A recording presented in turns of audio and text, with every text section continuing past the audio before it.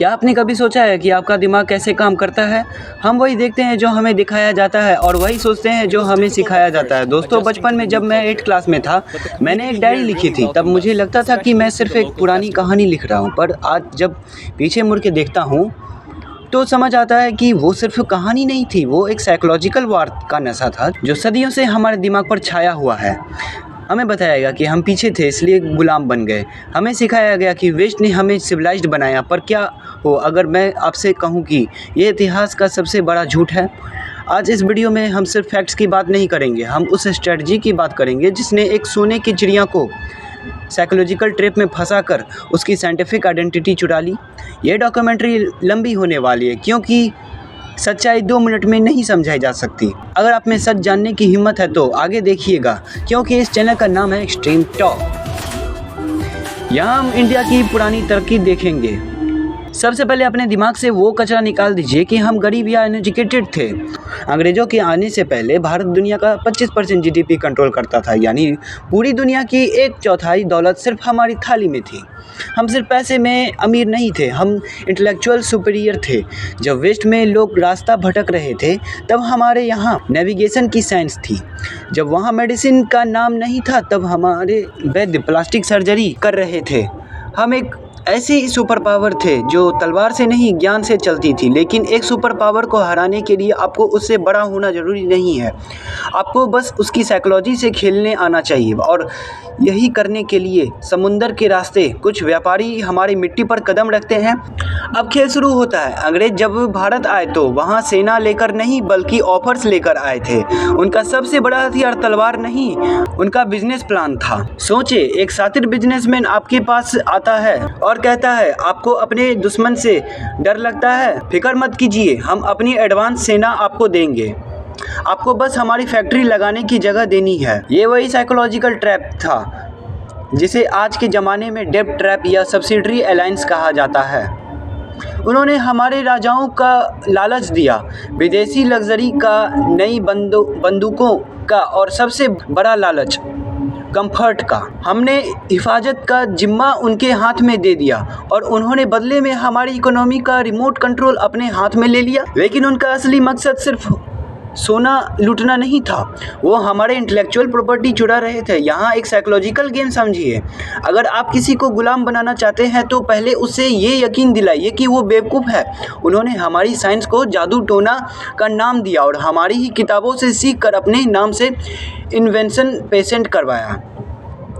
आज लोग right brother के नाम लेते हैं पर मुंबई के उस समुंदर किनारे को भूल गए जहाँ शिवकर बापूजी तालपरी ने 1895 में ही मरुदशखा उदय दिया था। लोग कहते हैं रेडियो मार्कोनी ने बनाया, पर जगदीश चंद्र बोस की वो वायरलेस रिसर्च कहाँ गई? ये सिर्फ चोरी नहीं थी, ये एक आइडेंटिटी थेफ्ट थी।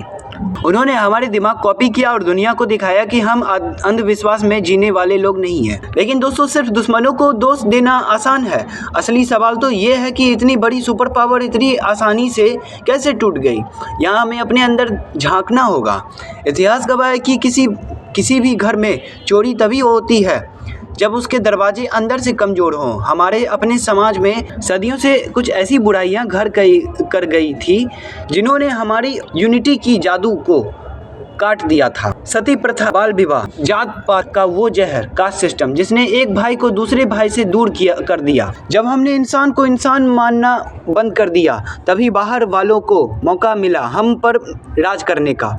उन्होंने हमारी इसी कमज़ोरी को स्टडी किया। उन्होंने देखा कि ये लोग आपस में बनते हुए हैं तो उन्होंने सिर्फ एक काम किया, उस दरार को और गहरा कर दिया। अब यहाँ एक बहुत बड़ा साइकोलॉजिकल ट्विस्ट आता है। मैं ये नहीं कह रहा कि हर अंग्रेज सिर्फ तबाही करने के लिए आया था। कुछ ऐसे भी लोग थे जिन्होंने भारत के ज्ञान और यहाँ की मिट्टी को सच में एडमायर किया। जहाँ एक तरफ लुटेरे थे वहाँ जेम्स प्रिंसेप जैसे लोग भी थे जिन्होंने हमारी धुनी हुई ब्राह्मी स्क्रिप्ट को डिकोड किया और हमें हमारे सबसे महान राजा सम्राट अशोका का इतिहास लुटाया।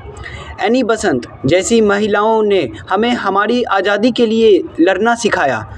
कई सोशल इविल को ख़त्म करने में उन्होंने हमारे रिफॉर्मर्स का साथ दिया।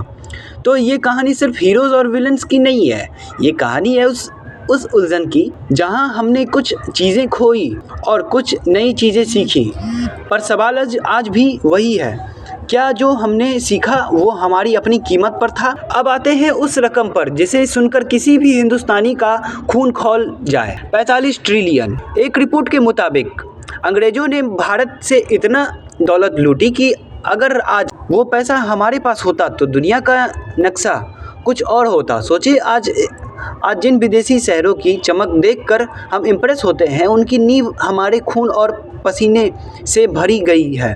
लंदन की बिल्डिंग हो या यूरोप की इंडस्ट्रियल रिवॉल्यूशन, ये सब हमारे सोने की चिड़िया के पंख काटकर बनाया गया। अगर वो सोना, वो हीरा और वो रिसोर्स हमारी मिट्टी में रहते तो आज अखंड भारत सिर्फ एक सपना नहीं बल्कि दुनिया की सबसे बड़ी हकीकत होता। हमारी करेंसी दुनिया को चला रही होती और हमारे किसान दुनिया के सबसे अमीर लोग होते। भारत एक अखंड भारत तो नहीं बन सका।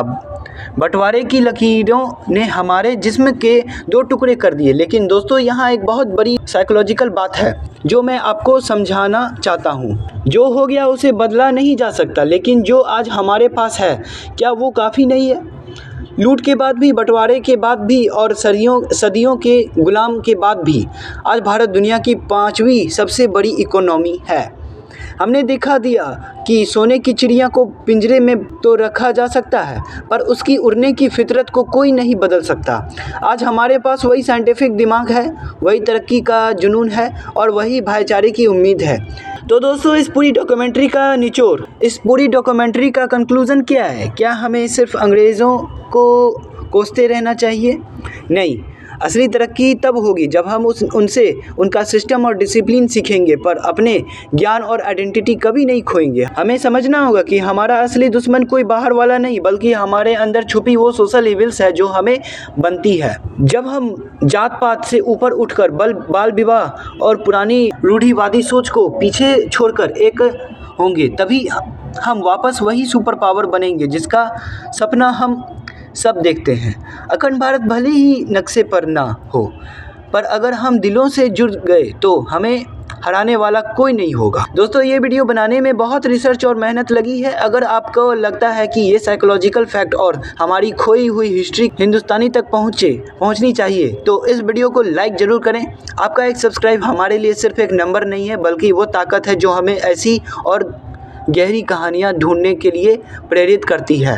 कमेंट में जय हिंद लिखना मत भूलिएगा और बताइए कि अगली डॉक्यूमेंट्री आप किस टॉपिक पर देखना चाहते हैं।